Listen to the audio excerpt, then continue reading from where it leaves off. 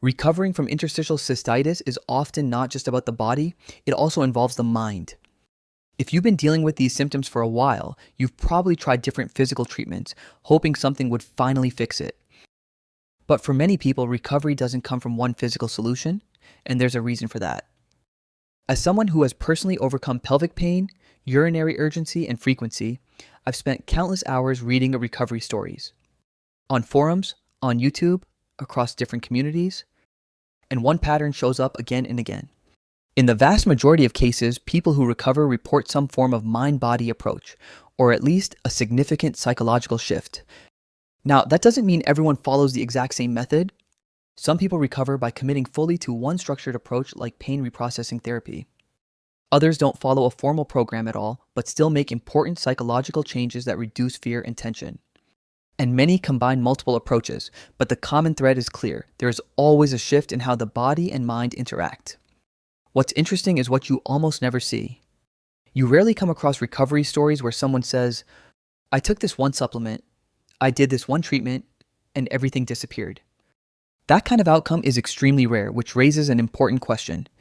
If this were purely a physical issue, why wouldn't physical solutions consistently solve it? Newer research increasingly points toward a strong connection between these symptoms and the brain. The bladder and pelvic region are deeply connected to the nervous system. They are constantly receiving and sending signals, and those signals are influenced by stress, attention, emotions, past experiences. This means the symptoms are not just happening in the body, they are part of a larger system involving the brain. Even when people start to feel that traditional approaches aren't helping, they often continue searching for a physical solution. A pill, a supplement, a treatment, something that will make the symptoms disappear, and that's completely understandable.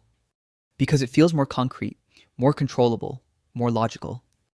But for many people, there comes a point, after trying enough things, after feeling stuck for long enough, they begin to consider a different approach, not because it was their first choice, but because nothing else worked. And that's often when things start to shift. Mind-body approaches don't ignore the physical side. They work with it through the nervous system by reducing fear, changing patterns of attention, releasing tension, creating a sense of safety in the body again. And for many people, that's what allows the system to calm down. I used to struggle with pelvic pain and constant urgency too. So I built Sanavita to help others recover.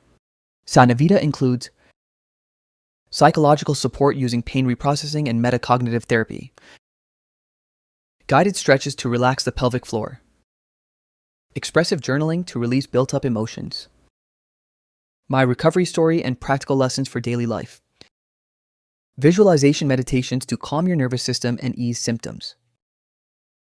Track your symptoms, take assessments, and explore a full library of recovery resources. Download Sanavita today and start your recovery.